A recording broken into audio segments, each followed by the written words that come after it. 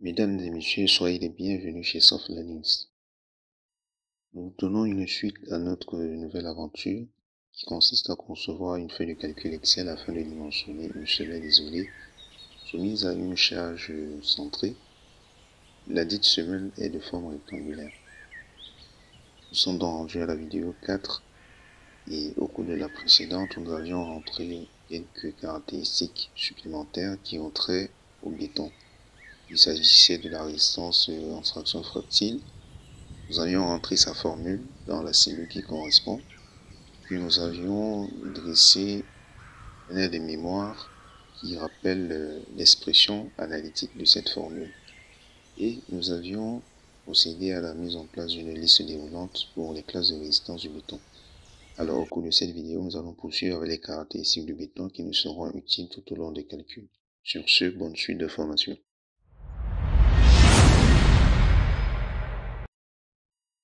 Nous aurons besoin de rajouter quelques coefficients qui nous seront utiles pour le calcul d'autres paramètres tels que la résistance caractéristique de calcul qui s'exprime sous la forme F indice CD. Donc pour cela, il y a un coefficient, plutôt deux coefficients qui vont être pris en compte. Alors, ce coefficient, nous allons mettre à cet endroit et nous allons copier la forme de cette cellule et appliquer à cette dernière. Ici, nous allons intégrer alpha CC. Nous allons mettre le CC en indice. Par la suite, nous allons insérer le A sur la police symbole, de manière à obtenir alpha qui est une lettre grecque. Très bien. Et là, il s'agira d'une valeur qui sera fournie par l'utilisateur. Nous copions cette forme de cellule, nous l'appliquons à celle-ci. Et nous aurons un second coefficient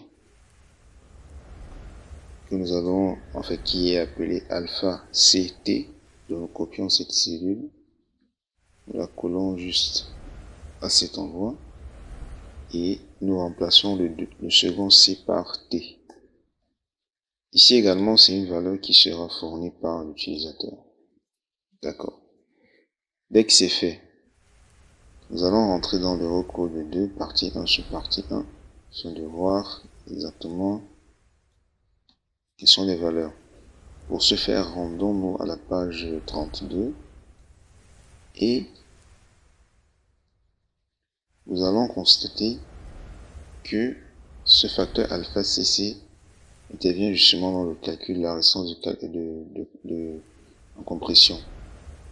La résistance en compression de calcul qui sera réellement utilisée pour les calculs. Donc, elle est mentionnée à cet endroit. Et il nous est dit que c'est un coefficient qui tient compte des effets à long terme sur la résistance en compression et des effets défavorables résultant de la manière dont la charge est appliquée. La valeur de alpha CC à utiliser dans un pays donné, qu'il convient de prendre entre 0,8 et 1, peut être fournie par son annexe nationale. La valeur recommandée est alpha CC égale à 1. Donc, ici nous allons mentionner donc 1. Nous poursuivons l'exploitation de l'eurocode 2 et nous voyons la valeur de alpha CT. Alpha CT va intervenir dans le calcul de la résistance en traction FCTD, de la même manière que nous avons FCTK. Donc cette valeur, lorsqu'on va au niveau de la note, elle vaut 1. C'est la valeur recommandée. Nous venons à la feuille de calcul, nous tapons au clavier 1. Et nous pouvons dupliquer avec CTRL plus D ce cadre pour le coller à cet endroit. Et il s'agira de mentionner les éléments qui ont trait à alpha CC et alpha CT. Donc, nous allons dire ici que C égale à 1 et qu'il s'agit d'une valeur recommandée par l'Eurocode. Ok. Donc, le C sera en indice. Le A, nous allons le mettre sous la police symbole pour obtenir la lettre grecque. Nous allons essayer de reprendre l'opération symbole. Ok. Nous pouvons copier toute cette ligne, CTRL C au clavier, pour la coller dans au niveau de la ligne suivante. Et nous allons changer le second C ici par T. Ok. Nous pouvons réduire la hauteur de ce cadre. Avant de continuer cette vidéo, nous souhaitons vous présenter la plateforme de formation www.softlearnings.com. Sur cette plateforme, vous aurez l'ensemble de notre catalogue de formations pour vous accompagner dans l'acquisition de nouvelles compétences, mais aussi l'ensemble des outils et des solutions métiers développés pour vous aider au quotidien dans vos différentes missions. Vous avez aussi la possibilité de réserver vos places pour nos différents séminaires que nous organisons tout au long de l'année, en venant simplement dans l'onglet séminaire et en choisissant le séminaire auquel vous voulez participer. Nous souhaitons par exemple prendre une formation, nous allons cliquer dans l'onglet formation et nous allons choisir cette formation que nous souhaitons ajouter au panier. Vous pouvez simplement cliquer sur ajouter au panier, ou si vous souhaitez avoir la description de la formation, vous allez cliquer sur voir plus. Dans cette description, vous aurez l'ensemble du contenu de la formation, où vous avez la possibilité de voir les 2 premières vidéos de la formation, mais aussi la description de la formation et l'ensemble des outils qui sont mis à votre disposition pour la formation. Une fois que vous êtes convaincu, vous allez simplement cliquer sur ajouter au panier. Et lorsque vous ajoutez au panier, vous allez aller dans votre panier. Dans votre panier, vous allez attribuer ou bien mettre votre code promotionnel si vous avez, afin de bénéficier des réductions, et cocher cette case pour accepter les modalités de vente et vous allez procéder au paiement. Lors du paiement, vous avez 3 possibilités. Donc, soit vous pouvez prendre un paiement pour 6 mois, pour 12 mois ou pour 24 mois. En fonction de celui que vous allez choisir, vous pouvez choisir pour 12 mois ou pour 6 mois. Ça dépendra de vous. Au niveau des paiements, vous avez un paiement par carte bancaire si vous possédez une carte bancaire. Et au cas où vous n'avez pas de carte bancaire, vous pouvez payer par mobile money. Et si vous souhaitez bénéficier de 20% de réduction sur tous les achats que vous allez faire sur la plateforme, vous allez simplement payer par des softcoins. Comment faire pour recharger votre compte de softcoin? Vous allez simplement venir dans l'onglet softcoin à ce niveau. Et lorsque vous arrivez sur cet onglet, vous pouvez sélectionner votre recharge ou entrer une recharge personnalisée à ce niveau. Nous allons simplement choisir que nous voulons recharger de 140 €. Vous allez cliquer sur recharger. Et à ce niveau, il sera question pour vous de pouvoir entrer vos informations bancaires ici pour faire votre recharge.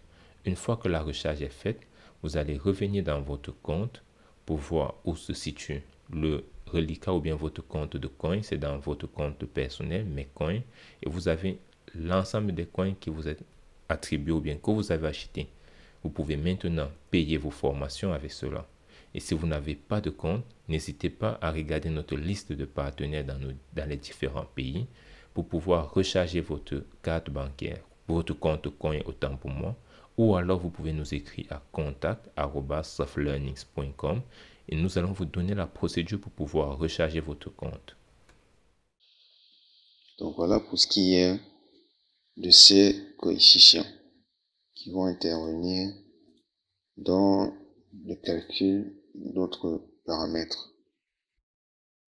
Après, nous nous rendons dans l'Eurocode 2, partie 1, sous-partie 1, à la page 23 précisément, pour rechercher un autre coefficient gamma C. Donc, nous avons un tableau juste en bas de la dite page qui mentionne ces valeurs. Pour le béton, c'est 1,5. Pour l'acier de béton armé, c'est 1,15. Pour l'acier de précontrainte, c'est 1,15. Et là, on prend le cas durable, les cas durables et transitoires. Situation de projet durable et transitoire. Dans le cas accidentel, les valeurs sont différentes. Bon, nous allons considérer plutôt les premiers cas de situation de projet, à savoir durable et transitoire. Donc nous revenons à la feuille de calcul Excel. Nous allons mentionner, nous allons copier cette cellule pour l'appliquer à celle-ci. Faisons pareil ici, copions cette cellule, appliquons là. Et nous allons effacer le T. À la suite, nous allons mentionner le G qui représente gamma dans l'alphabet grec, nous effaçons le A. Donc le coefficient gamma C, c'est une valeur qui doit être fournie également par l'utilisateur. Et nous pouvons copier, dupliquer plutôt ce cadre de test pour coller ici et effacer ceci pour mettre un détail, savoir le gamma, de façon le alpha, de façon le premier C. Alors nous allons dire que c'est égal à 1,15 et nous allons préciser qu'il s'agit des situations de projet,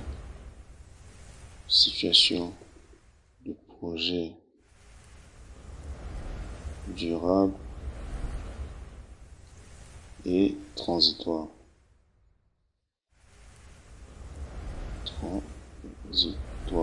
Ok. Donc cela permet exactement d'avoir un repère par rapport à ces valeurs là. Donc ce sera une valeur fournie, pardon, c'est 1,5 ici pour le béton. 1,5. Ok. Dès que c'est fait, il y a d'autres paramètres justement qui vont rentrer dans le processus de dimensionnement de notre semelle et qui ont trait au béton. Donc nous allons retourner à l'Eurocode 2 partie 1 sous partie 1 afin d'identifier ces autres paramètres qui vont être utiles dans le dimensionnement de notre feuille de calcul. Donc, tout à l'heure, nous avions déjà identifié ces paramètres à la page 32. Il s'agit de la résistance de calcul en compression FCD. Elle nous sera utile. Donc nous rentrons dans le feuille de calcul. Nous allons copier cette cellule. CTRL C au clavier. CTRL V. Pardon. Nous reprenons l'opération CTRL C.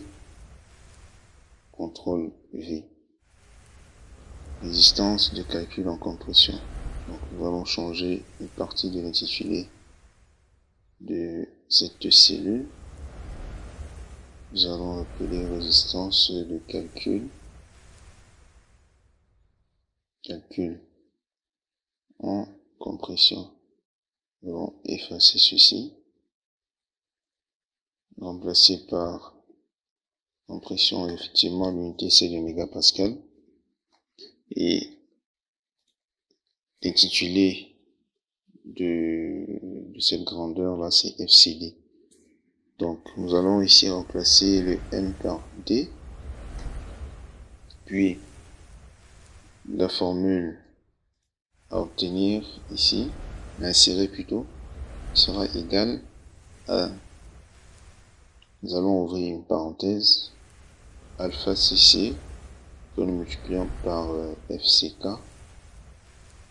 et le tout divisé par gamma C, entrée. Et dans ce cas, c'est un résultat ordinaire. Donc voici la mise en forme que nous allons appliquer. Très bien. Donc après cette étape, nous allons rentrer la formule de cet autre terme qui est la résistance de calcul en traction. Nous revenons juste là. CTRL C, CTRL V, clavier. Nous allons changer le contenu ici. Remplacer compression par traction. Il s'agira de FCTD, CTRL C ici, CTRL V à cet endroit. Donc entre le C et le D, nous allons insérer le D. FCTD. OK. Également ici, il s'agira d'un résultat ordinaire. Copions, nous collons cette mise en forme. Puis, nous allons insérer la formule qui est égale à alpha CT fois FCTK 0,05, le tout divisé par gamma C. OK. Donc, voilà déjà quelques paramètres en plus que nous avions ajoutés, que nous avons justement insérés dans notre feuille de calcul et qui nous seront utiles pour le processus de dimensionnement de notre semaine. Au besoin, l'on peut rajouter chacune des formules qui correspondent à ces paramètres que nous avons intégrés juste en dessous. Par exemple, copions, dupliquons ce cadre, venons coller juste là. On va faire un zoom, je le vois de près, contenu. Donc ici, il s'agit de alpha CD. Nous avions dit qu'il va valoir alpha CC. Nous copions ceci, CTRL C. Nous venons coller à cet endroit. OK. Alpha CC fois FCK. Le tout divisé par gamma C que l'on copie ici, CTRL C au clavier, que l'on vient coller ici, CTRL V. Évidemment, la police symbole n'avait pas été appliquée, donc nous allons l'intégrer là. OK. Nous pouvons faire abstraction de ce qui vient par la suite. Donc voilà pour ce qui est de la première formule. Ensuite, nous allons copier tout ceci, CTRL C au clavier, aller à la ligne, CTRL V, afin de changer, afin d'intégrer le C, le T entre le C et le D. Donc nous avons ceci, il y a une mise en forme ici de symbole, le polysymbole qui a été modifié. Faisons pareil à cet endroit. Nous remenons à la polysymbole. Pareil ici. C'est tout à fait normal que nous ayons ces changements parce que le contenu de la cellule initialement, plutôt le contenu du cadre initialement, était paramétré pour la police Times New Roman. Donc nous avons ceci. À cet endroit, nous allons rajouter un T, virgule 0,05, tout divisé par gamma C. Nous pouvons donc effacer ces éléments qui viennent par la suite. Donc au besoin, on va mettre une ligne d'espace et ramener le cadre à cet endroit. Nous pouvons également redimensionner un petit peu la longueur, voilà. Et par la suite, nous allons faire disparaître les contours de manière à ce qu'ils ne soient pas visibles et qu'on ait l'impression au moment d'imprimer notre feuille de calcul, nous aurons l'impression que tout cela est contenu sur un même alignement. Donc voilà pour ces paramètres supplémentaires qui consistent à mentionner les caractéristiques du béton. Nous allons vous donner donc rendez-vous dans la prochaine vidéo. D'ici là, portez-vous bien. Si vous avez aimé la vidéo, un like nous fera plaisir, des partages nous encourageront énormément et surtout, vos appréciations et vos avis dans les commentaires nous permettront de nous améliorer. En attendant, nous vous donnons rendez-vous dans la prochaine vidéo.